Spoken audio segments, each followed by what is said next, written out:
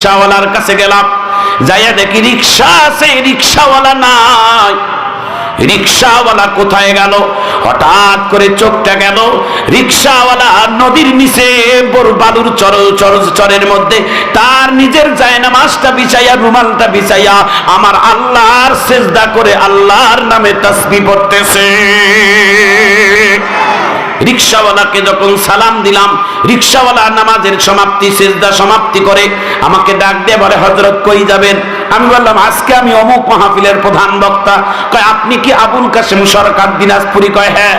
চলেন হুজুর, আমি আপনাকে বহুদিন যাবত দেখতে চাই, আল্লাহ আমাকে দেখাইছে, চলেন।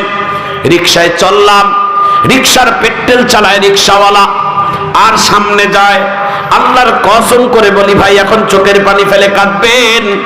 দুনিয়ার সকল শ্রমিকদের পরিশ্রম করার কারণে একটা শরীরের ঘাম আর দুর্গন্ধ আসে, এটা কেমন যেন ঘাম ঘাম দুর্গন্ধ মনে হয়।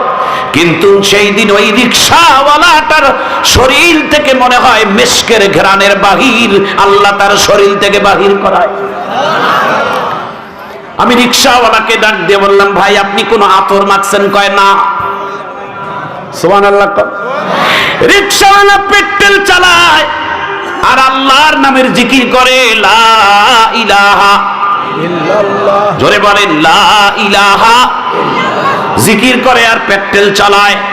মাহফিল যাইতে প্রায় ৬-৭ কিলোমিটার দূর। ৩ কিলোমিটার যাইতেই যেন মাগরিবের আজান হয়ে গেল। কেবলমাত্র একটা মসজিদে আজান দিয়ে দিল, আল্লাহু আকবার, আল্লাহু আকবার।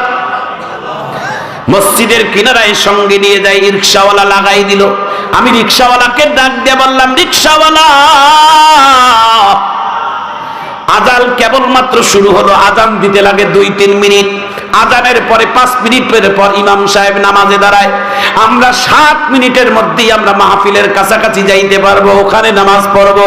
রিকশাওয়ালা আমার দিকে তাকাইয়া চোখের পানি ছেড়ে দিয়ে কান্দে আর বলে, হযরত আমি আজকে ২৫ বছর যাবত রিকশা চালাই, আজকে ২৫ বছর যাবত রিকশা চালাই, আমার ২৫ বছরের মধ্যে কোনোদিন এই কাজটা মিস হয় নাই। বলে, কি?